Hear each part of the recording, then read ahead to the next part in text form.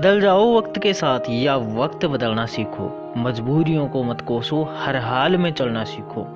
नमस्कार दोस्तों, मैं हूं आर.डी. प्रजापत और स्वागत करता हूं आप सबका स्टडी इन यूट्यूब चैनल के आज 15 अगस्त 2020 के महत्वपूर्ण करंट अफेयर्स के वीडियो में। दोस्तों, आज है स्वतंत्रता दिवस और इसकी आपको बहुत बहुत बधाइयाँ हो।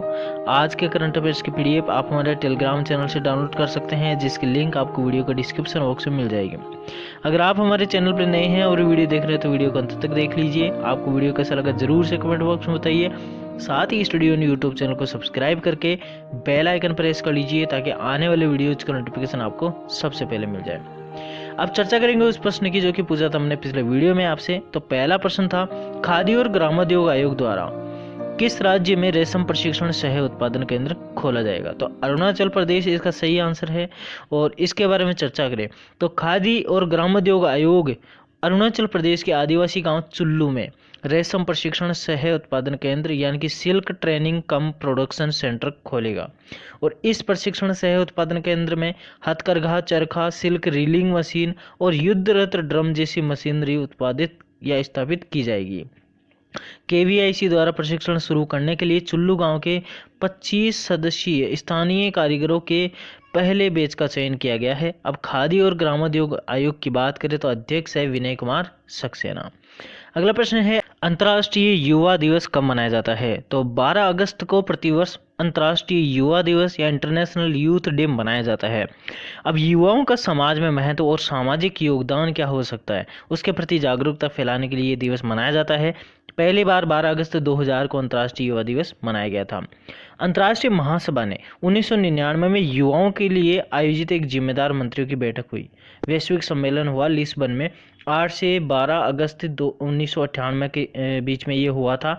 और इस दौरान ये सिफारिश की गई थी कि 12 अगस्त को अंतर्राष्ट्रीय युवा दिवस मनाया जाए और इसे घोषित किया गया। थीम थी इस बार की youth engagement for global action. अब रिवाइज करेंगे पिछले वीडियो में जो प्रश्न हमने शामिल किए थे उनकी। तो पहला प्रश्न था, भारतीय रिजर्व बैंक ने चेक से होने वाली धोखाधड़ी को रोकने के लिए निम्न में से किस सुविधा की शुरुआत की है? तो पॉजिटिव पे नामक की एक सुविधा शुरू की है और उस सुविधा के जरिए जो है जो भी धोखाधड़ी होती है चेक के द्वारा तो उससे बचा जा सकेगा। अगला प्रश्न है, फोर्ब्स मैगजीन की साल 2020 के सबसे महंगे एक्टर्स की सूची में टॉप 10 में किस भारतीय एक्टर को जगह मिली है, जगह पाई है? तो अक्षय कुमार यहाँ पर टॉप 10 में छठे स्थान पर रहे, जो साल 2020 के सबसे महंगे एक्टर्स थे उनमें। अगला प्रश्न है, हाल ही में हर्ष कुमार भानवाला को किसका कार्यकारी अध्यक्ष नियुक्त किया गया है? तो कैपिटल इंडिया का उनको जो है कार्यकारी अध्यक्ष नियुक्त किया गया है। अगला प्रश्न है, हाल ही में किसके द्वारा आत्मनिर्भर मध्य प्रदेश स्वास्थ्य और शिक्षा शीर्षक पर एक वेबिनार का उद्घाटन किया गया है? तो रमेश पोखरियाल निशंक द्वारा इस वेबिनार का उद्घाटन किया गया है। अगला प्रश्न है, विश्व अंगदान दिवस या फिर ऑर्गन डोनेशन डे कब मनाया जाता है? तो 13 अगस्त को ऑर्गन डोनेशन डे मनाया जाता है। अगला प्रश्न है, कमला हैरिस को किस देश के उपराष्ट्रपति उम्मीदवार के रूप में नामांकित किया गया है? तो उनको अमेरिका के उपराष्ट्रपति पद के रूप में उम्मीदवार के रूप में उनको नामांकित किया गया है।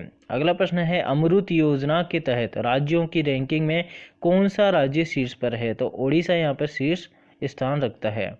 अगला प्रश्न था, भारत मालदीव को कनेक्टिविटी परियोजनाओं के लिए कितने मिलियन अमेरिकी डॉलर की सहायता देगा? तो 500 मिलियन अमेरिकी डॉलर की सहायता भारत मालदीव को देगा कनेक्टिविटी परियोजनाओं के डेवलपमेंट के लिए। तो ये हो गया एक रिवीजन 14 अगस्त 2020 के जो महत्वपूर्ण करंट अफेयर्स थे उनकी। अब चर्चा करेंगे आज के यानी कि 15 अगस्त 2020 के जो महत्वपूर्ण करंट अफेयर्स बनते हैं उनकी। और उससे पहले बोलेंगे कि स्टडी इन यूट्यूब चैनल को आपने सब्सक्राइब नहीं किया है तो सब्सक्राइब कर लीजिए, बेल आइकन प्रेस कर लीजिए ताकि आने वाली वीडियोज की नोटिफिकेशन आपको सबसे पहले मिल जाए। अब आज का पहला प्रश्न है, किस अंतरिक्ष एजेंसी के टेस मिशन ने 66 नए बाह्य ग्रहों की खोज की है? तो नासा का ये मिशन था टेस और उसने 66 बाह्य ग्रहों की खोज की है। और इसने अपने मिशन के दौरान लगभग 75% तारों वाले आकाश को स्कैन किया है। टेस मिशन का नेतृत्व कौन कर रहा है? तो मैसाचुसेट्स टेक्नोलॉजी संस्थान की Kavali institute for astrophysics and space research द्वारा इसका नेतृत्व किया जा रहा है। टेस को पृथ्वी के निकट तारे की परिक्रमा करने वाले ग्रहों की खोज के लिए डिजाइन किया गया। मतलब पृथ्वी के आसपास में जैसे सूरज है तो सूरज एक स्टार है, ऐसे ही अन्य और भी कोई तारे हैं जो पृथ्वी के नज़दीक तो उनकी स्टडी की जा रही है इसके तहत, टेस जो मिशन है उसके तहत। भारत का भी एक बाह्य ग्रह खोज है जिसका नाम है पारस, PRL, advanced radial velocity Abu sky search. यहाँ पे ये ground based exoplanet search device है, यानी कि ग्राउंड बेस्ड यानी कि ग्राउंड पे रखा हुआ, जो कि माउंट आबू में स्थित है। अगला प्रश्न है ब्लूमबर्ग बिलियनियर इंडेक्स के अनुसार विश्व के चौथे सबसे धनी व्यक्ति कौन बने हैं? तो यहाँ पे मुकेश अंबानी जो है वो विश्व के चौथे सबसे धनी व्यक्ति बने हैं ब्लूमबर्ग बिलियनियर इंडेक्स के अनुसार। पहले स्थान पर जेफ बेजोस है और दूसरे पर बिल गेट्स है तथा तीसरे पर जो है मार्क जुकरबर्ग है। तो इस तरह से जो है ये लिस्ट जारी की गई है और यहाँ पर इस सूचकांक के अनुसार जो मुकेश अंबानी है उनकी व्यक्तिगत संपत्ति 2020 में 80.6 बिलियन अमेरिकी डॉलर की है। अगला प्रश्न है steel authority of India limited यानी कि सेल के अगले अध्यक्ष के रूप में किसे चुना गया है? तो सोमा मंडल यहाँ पर सही आंसर है। सोमा मंडल को सेल के अगले अध्यक्ष के रूप में चुना गया है। इनके बारे में बात करें तो सोमा मंडल को सार्वजनिक उद्यम चयन बोर्ड द्वारा steel authority of India limited के अगले अध्यक्ष के रूप में चुना गया है। वह वर्तमान अध्यक्ष अनिल चौधरी से पदभार ग्रहण करेगी। सोमा मंडल ने सितंबर 2018 में सेल के निदेशक के रूप में पदभार ग्रहण किया था और साथ ही सोमा मंडल नालको जो कि भुवनेश्वर में स्थित है तो उसकी पहली महिला निदेशक के रूप में पदभार संभालने का उन्होंने गौरव हासिल किया है। अगला प्रश्न है हाल ही में किस भाषा के कवि और गीतकार चुनक्करा रामन कुट्टी का निधन हो गया? तो ये मलयालम भाषा के कवि और गीतकार थे और इनका हाल ही में निधन हो गया। उन्होंने 76 फिल्मों के लिए 215 से अधिक गीत लिखे। 2015 में उन्हें केरल संगीत नाटक अकादमी के श्रेष्ठ गुरु पुरस्कार से उनको सम्मानित किया गया था। अगला प्रश्न है हाल ही में किस राज्य के खाजे, हरमल मिर्च और मिंदोली केले को GI टैग दिया गया है? तो यहाँ पर गोवा राज्य के ये चीज़ें हैं, जैसे खाजे हैं वो तो एक स्वीट है, हरमल मिर्च है और मिंदोली केला है, तो इनको GI टैग दिया गया है।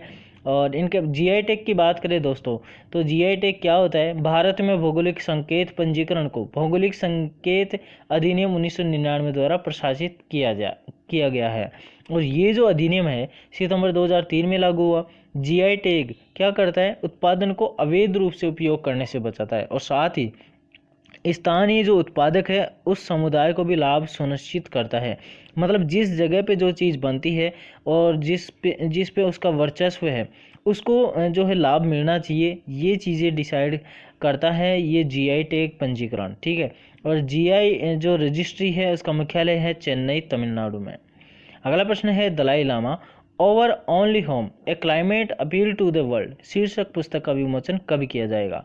तो इस पुस्तक का विमोचन नवंबर 2020 में किया जाएगा और ये दलाई लामा द्वारा किया जाएगा। यहाँ पे देखें तो तिब्बती आध्यात्मिक गुरु और लीडर दलाई लामा, जिनका नाम फुल नेम क्या है? ये दलाई लामा जो है एक पदवी होती है और वर्तमान में दलाई लामा का नाम क्या है? तेंजिन ग्यात्सो। जो आप फोटो में भी यहाँ पे देख रहे हैं यह है तेंजिन ग्यात्सो। तो इन्होंने जर्मन पर्यावरण पत्रकार फ्रांज ऑल्ट के साथ मिलकर के जलवायु परिवर्तन पर एक पुस्तक तैयार की है जिसका नाम है our only home a climate appeal to the world नामक पुस्तक का विमोचन नवंबर 2020 में करेंगे। और इस पुस्तक में दलाई लामा ने जो राजनीतिक निर्णय लेने वाले हैं उनसे जलवायु परिवर्तन के मुद्दों पर गतिरोध और बिना जानकारी से लड़ने और एक अलग एवं जलवायु के अनुकूल दुनिया स्थापित हो, ऐसा उन्होंने बोला। साथ ही युवा पीढ़ी के लिए अपने भविष्य को फिर से हासिल करने का अधिकार, इन सब बातों पर जोर देने की अपील की गई है। अगला प्रश्न है स्वस्थ भारत मिशन अकादमी का शुभारंभ किसके द्वारा किया गया है? तो गजेंद्र सिंह शेखावत जो कि केंद्रीय जल शक्ति मंत्री है उनके द्वारा स्वच्छ भारत मिशन अकादमी का शुभारंभ किया गया है। स्वच्छ भारत मिशन अकादमी का शुभारंभ सप्ताह भर के जो व्यवहारिक परिवर्तन अभियान है जिसका नाम है गंदगी मुक्त भारत, उसके दौरान लॉन्च किया गया है। और ये अकादमी स्वच्छ भारत मिशन जो ग्रामीण चल रहा है अभी के चरण 2 का महत्वपूर्ण भाग है। ये एक फ़ोन आधारित अकादमी है और 60 मिनट का एक मॉड्यूल ऑफर करती है जो कि IVR आधारित प्रशिक्षण पाठ्यक्रम है। IVR प्रशिक्षण क्या चीज़ होती है? IVR आधारित, IVR मतलब जैसे अपन कॉल करते हैं कस्टमर केयर को कोई भी कंपनी में, तो वहाँ पर कंप्यूटर हमको जवाब देता है हमको कुछ इंडिकेशंस देता है। इसी तरह से ये IVR सिस्टम है जो कि कंप्यूटर बेस्ड होता है। इस पाठ्यक्रम में खुले में सोच मुक्त स्थिरता के साथ साथ ठोस और तरल अपशिष्ट यानी कि जो कचरा होता है, ठोस हो चाहे तरल हो, तो उनका प्रबंधन हो, उन विषयों की एक श्रृंखला है। इसमें 4 चैप्टर है जिनमें अंत में बहुविकल्पीय प्रश्नोत्तरी है और ये बिल्कुल निःशुल्क कोर्स है। अगला प्रश्न है, हाल ही में जाने माने खेल डैश GK मेनन का हाल ही में निधन हो गया। तो ये क्या थे, खेल पत्रकार थे और इनका हाल ही में निधन हो गया है। इनके बारे में चर्चा करें तो GK मेनन ने इंडियन एक्सप्रेस और द टाइम्स ऑफ इंडिया के साथ में काम किया और 1990 के दशक की शुरुआत में अपने फ्रीलांस करियर को अलविदा कह दिया था। मेनन ने क्लब स्तर पर क्रिकेट खेला और मध्य मुंबई के दादर में शिवाजी पार्क जिमखाना के एक सक्रिय सदस्य थे। वह 1952 से 1953 की मुंबई यूनिवर्सिटी टीम के प्रबंधक थे जिसने बेंगलुरु में फाइनल में दिल्ली को हरा करके रोहिंटन बेरिया ट्रॉफी जीती थी। अब आपके लिए जो प्रश्न है उसके बारे में चर्चा करते हैं। कमला हैरिस को किस देश के उपराष्ट्रपति उम्मीदवार के रूप में नामांकित किया गया है।